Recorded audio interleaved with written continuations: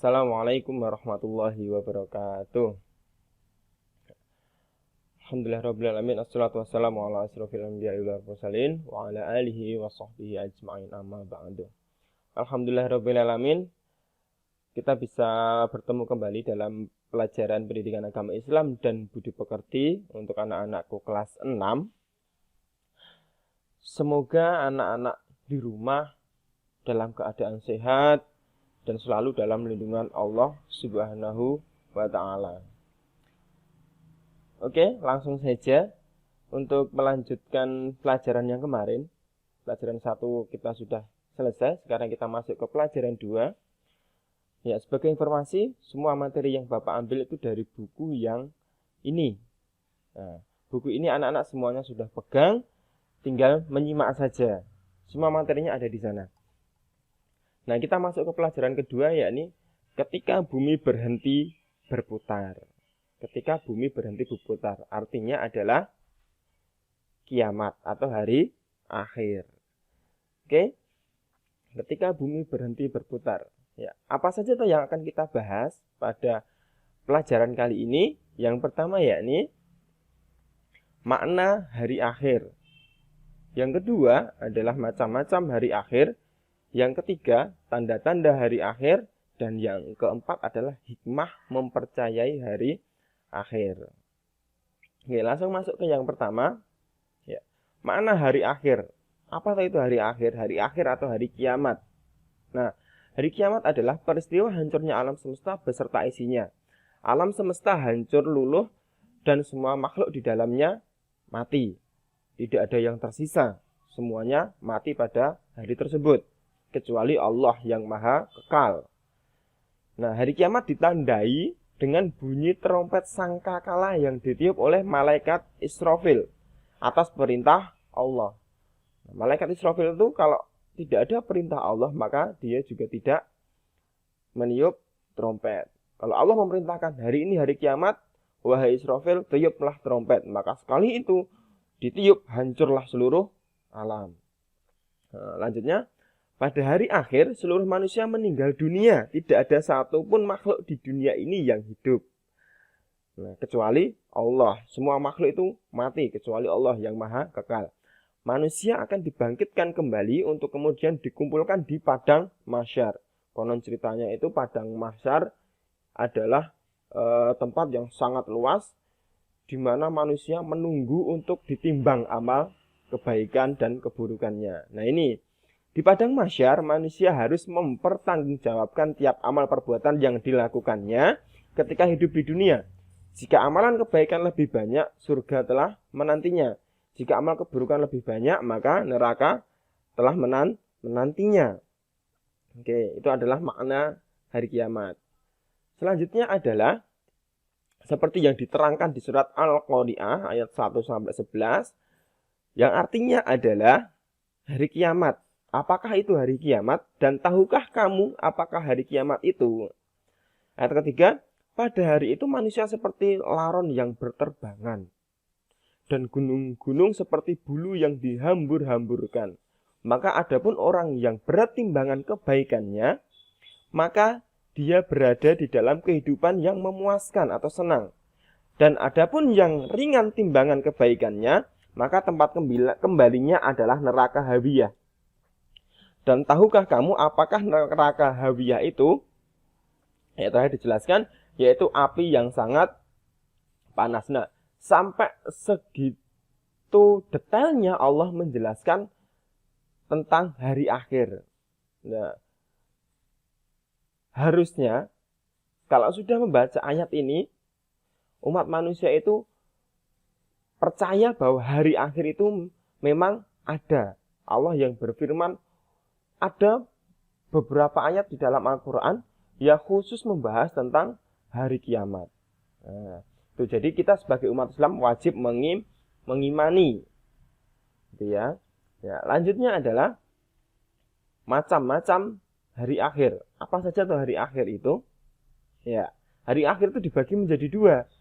Kiamat sugro dan kiamat kubro. Kiamat sugro.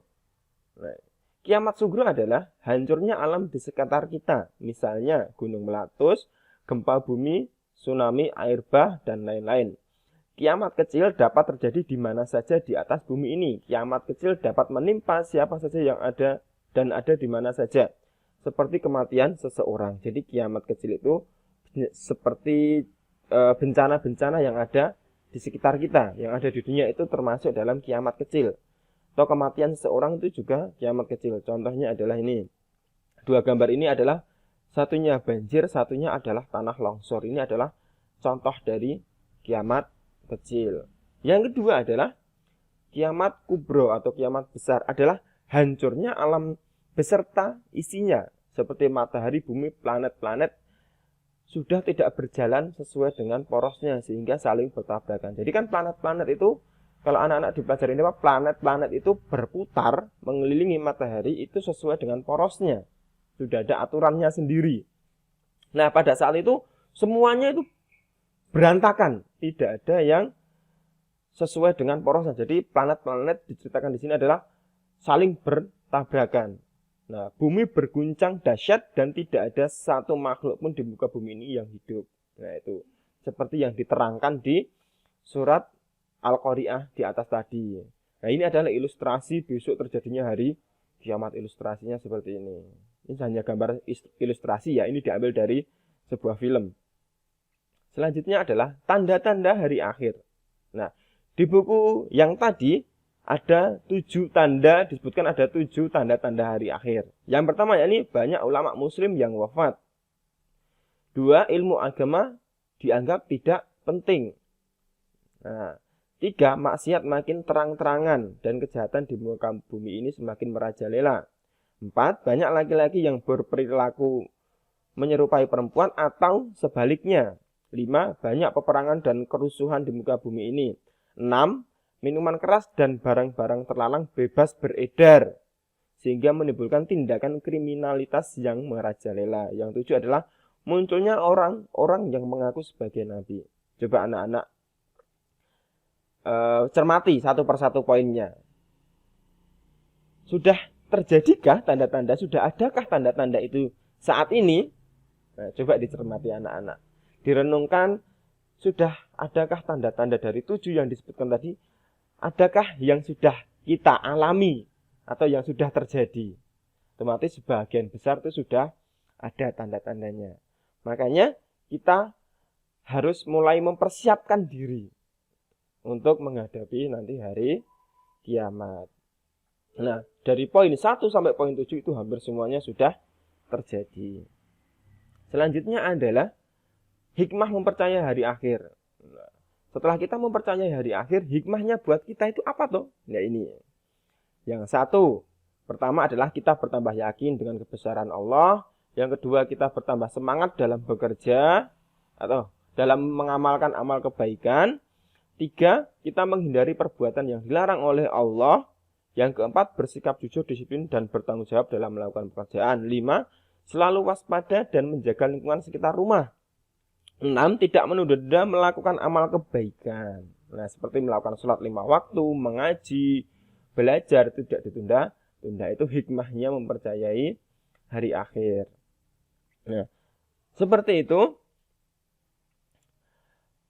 Seperti itu penjelasan singkat dari Bapak. Nanti kalau ada yang belum jelas atau mau ada yang ditanyakan, silahkan langsung kontak saya lewat nomor WhatsApp, kontak saya atau kontak Bu Muna sesuai kelasnya masing-masing. Nanti selain menyimak dari sini, anak-anak harus membaca bukunya. Nah, membaca bukunya biar lebih paham. Seperti itu. Oh ya, untuk tugas, nanti tugasnya akan Bapak taruh di deskripsi video di bawah. Nanti silahkan diklik di deskripsinya. Nanti di sana akan ada link, silakan diklik saja linknya.